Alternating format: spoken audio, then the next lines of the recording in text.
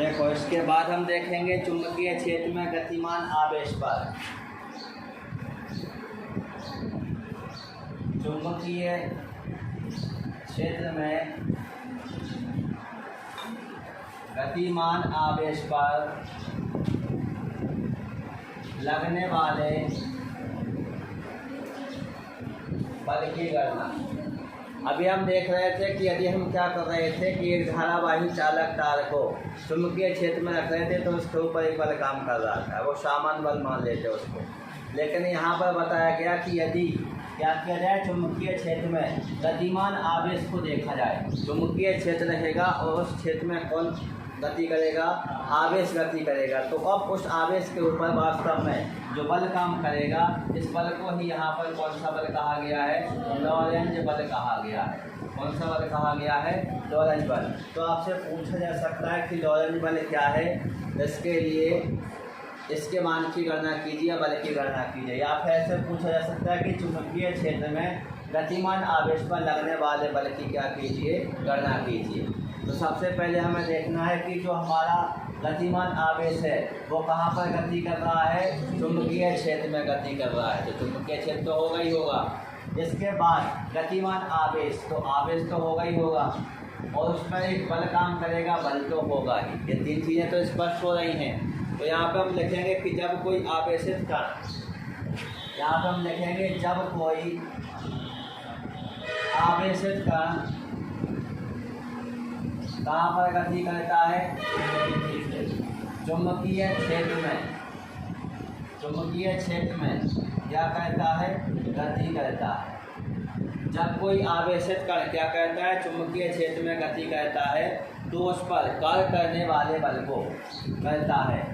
तो उस पर कार्य करने वाले बल को कौन सा बल कहते हैं? लॉरेंज बल कहते हैं। ये हो गई लॉरेंज बल की डेफिनेशन। जब कोई आवेशित कण कहाँ पर गति काम करता है? चुंबकीय क्षेत्र में गति करता है, तो उस कण पर कार्य करने वाले बल को ही हम क्या कहते हैं? लॉरेंज बल कहते हैं। और इस लॉरेंज बल की निर्भरता, क्योंकि इसी की सहायता से जो व्यंजक को सॉल्व होना है, लॉरेंज बल की निर्भरता। ये लॉरेंज बल किसके ऊपर निर्भर करता है? तो ये कहता है आपके कण के आवेश पर। किसके ऊपर डिपेंड करता है? कण के आवेश पर निर्भर करता है। इसके अलावा किसके ऊपर निर्भर करता है? कण के वेग के घटक पर। किसके ऊपर निर्भर करता है? कण के वेग के घटक पर। जो कण का जो वेग रहेगा, उसका जो घटक रहेगा, उसके ऊपर भी क्या करेगा? ये निर्भर रहेगा। यहाँ पर लंबवत घटक के रूप में हम क्या लिखेंगे? v sin थीटा का आगे क्या करेंगे? उपयोग करेंगे। इसके अतिरिक्त यदि देखा जाए तो चुंबकीय क्षेत्र की दिशा के सापेक्ष गति की दिशा पर, तो यहाँ पर हम सीधा लिखेंगे किसके ऊपर डिपेंड करता है? गति की दिशा पर। चुंबकीय ये गति की दिशा किसके सापेक्ष होती है? चुंबकीय क्षेत्र के सापेक्ष होती है। चुंबकीय क्षेत्र के सापेक्ष गति की दिशा पर भी क्या कहता है? निर्भर करता है। इसके अलावा किसके ऊपर निर्भर करता है? चुंबकीय क्षेत्र के परिमाण पर निर्भर करता है। चुंबकीय क्षेत्र के परिमाण पर। और चुंबकीय क्षेत्र के परिमाण का मतलब समझ रहे? चुंबकीय क्षेत्र का मान कितना है, v की वैल्यू को बताया जा रहा है। तो ये क्या हो जाएगा? लॉरेंज बल की क्या हो जाएगी? निर्भरता। तो अभी हमने क्या देखा? लॉरेंज बल किसे कहते हैं और लॉरेंज बल किन किन कारकों पर निर्भर करता है। तो जब कोई आवेशित कण कहाँ पर गति करता है? चुंबकीय क्षेत्र में गति करता है, तो उस कण पर कार्य करने वाले बल को ही हम लॉरेंज बल कहते हैं। जो किसके ऊपर निर्भर करेगा? कण के आवेश पर। कण के वेग के घटक जो लंबवत घटक होगा, उसके लिए हम v sin थीटा का उपयोग करेंगे। और चुंबकीय क्षेत्र के सापेक्ष गति की दिशा पर भी निर्भर करता है। चुंबकीय क्षेत्र का जो परिमाण होता है, यानी जो v की वैल्यू होती है, उसके ऊपर भी क्या करता है? निर्भर करता है। इसके बाद हम आप देख लेते हैं लॉरेंज बल की गणना, यानी लॉरेंज बल के लिए गणितीय व्यंजक। तो इसके लिए हम लिखते हैं, माना कोई आवेशित कण जिस पर आवेश की मात्रा, देखो हमारे पास क्या है? कोई आवेशित कण है जिस पर आवेश की मात्रा क्या है? q है। अपने पास क्या है? कोई आवेशित कण जिस पर आवेश की मात्रा क्या है? q है। और ये कहाँ पर? एक समान चुंबकीय क्षेत्र। कहाँ पर? एक समान चुंबकीय क्षेत्र, और चुंबकीय क्षेत्र को अपन कैसे प्रदर्शित करते हैं, कैपिटल बी से। तो जो आवेशित कण है, जो स्मॉल क्यू से आवेशित है, ये कहाँ पर गति कर रहा है, चुंबकीय क्षेत्र बी में क्या कर रहा है, गति कर रहा है। अब गति कर रहा है तो क्या होगा, इसका वेग होगा। किस वेग से गति कर रहा है, स्मॉल भी वेग से क्या कर रहा है, गति कर रहा है। और चुंबकीय क्षेत्र से थीटा कोण बनाते हुए, कौन सा कोण बनाते हुए, थीटा कोण बनाते हुए क्या कर रहा है, गति कर रहा है। अब जब गति कर रहा है तो उसमें क्या होगा, इसी आवेशित कण के ऊपर क्या लगेगा, एक बल काम करेगा, जिससे हम क्या कहेंगे, लॉरेंज बल कहेंगे। और इस लॉरेंज बल का मान बल बराबर निकालेंगे तो F लिखेंगे। इस लॉरेंज बल का मान किसके ऊपर डिपेंड कर रहा था, आवेशित कण के आवेश के ऊपर। तो लिखेंगे कि जो लॉरेंज बल होता है वो आवेशित कण के आवेश के कैसा होता है, समानुपाती या अनुक्रमानुपाती होता है। तो क्या बनेगा, F समानुपाती Q बनेगा। इसके अतिरिक्त लिखेंगे चुंबकीय क्षेत्र के लंबवत घटक। तो लंबवत घटक क्या हो जाएगा, v sin थीटा हो जाएगा।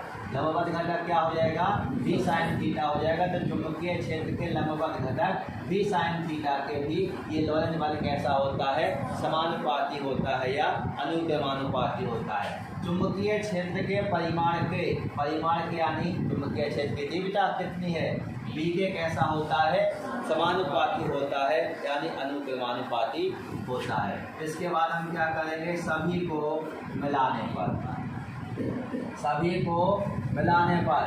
को मिलाएंगे तो इस साइड से तो F अपना है, यहाँ से क्या आ गया आपका Q v sin theta into क्या हो गया, v हो गया। इतना क्लियर हुआ। अब इसके बाद हम इसको क्या लिखेंगे, व्यवस्थित करके लिखेंगे तो F समानुपाती Q v sin थीटा, वही लिखते थे, वही तो लिखा है, इंटू में तो है। अब किसको हटा देंगे, समानुपाती के चिन्ह को, तो किसको लगा देंगे, k को नियतांक के रूप में। और यहाँ पर क्या हो जाएगा, Q v sin थीटा। ये किसकी वैल्यू आ गई, ये आ गई लॉरेंज बल की। किसकी वैल्यू हो जाएगी, ये लॉरेंज बल की वैल्यू हो जाएगी। और यदि आप देखें तो ये किस पद्धति में माना जाएगा, CGS पद्धति में। तो यदि हम इसको किस पद्धति में लिखना चाहें, SI पद्धति में लिखना चाहें तो K बराबर कितना रख देंगे, 1। तो क्या प्राप्त हो जाएगा, F बराबर Q sin थीटा प्राप्त हो जाएगा। अब ये जो लॉरेंज बल है, इस लॉरेंज बल की हमें क्या ज्ञात करनी है, दिशा ज्ञात करनी है। लॉरेंज बल की क्या ज्ञात करनी है, दिशा। तो लॉरेंज बल की दिशा ज्ञात करने के लिए देखो, बल की दिशा या चुंबकीय क्षेत्र की दिशा, इनकी दिशा ज्ञात करने के क्या होते हैं, कुछ नियम। हालांकि यहाँ पर हम कौन सा बल देख रहे हैं, लॉरेंज बल देख रहे हैं। तो लॉरेंज बल की दिशा ज्ञात करने के लिए हम देखेंगे नियम फ्लेमिंग के बाएं हाथ का नियम। कौन सा नियम, फ्लेमिंग के बाएं हाथ का नियम, बाएं हाथ का नियम। अभी तक आपने लास्ट लेक्चर में फ्लेमिंग के दाएं हाथ के नियम के बारे में पढ़ा था। अभी कौन सा नियम है, ये बाएं हाथ का नियम है। तो फ्लेमिंग के बाएं हाथ के नियम की सहायता से, साथ में दाहिने हाथ की हथेली के नियम नंबर 2 की सहायता से, तो यहाँ पर हम क्या लिखेंगे, दाहिने हाथ की हथेली के नियम 2 की सहायता से। कौन सा नियम, द्वितीय नियम। इस नियम की सहायता से किसकी दिशा ज्ञात की जा सकती है, लॉरेंज बल की दिशा ज्ञात की जा सकती है। किसकी दिशा ज्ञात कर सकते हैं हम, लॉरेंज बल की। तो ये देखो, ये ऑब्जेक्ट के लिए है, ये किसके लिए है, ये ऑब्जेक्ट के लिए। आपसे पूछा जा सकता है कि यदि चुंबकीय क्षेत्र में कोई आवेशित कण क्या कर रहा है, गति कर रहा है, तो उस पर लगने वाला बल कौन सा होगा, लॉरेंज बल होगा। लॉरेंज बल की दिशा किसकी सहायता से ज्ञात की जा सकती है, फ्लेमिंग के बाएं हाथ के नियम की सहायता से, साथ में दाहिने हाथ की हथेली के नियम नंबर 2 की सहायता से इनको ज्ञात किया जा सकता है।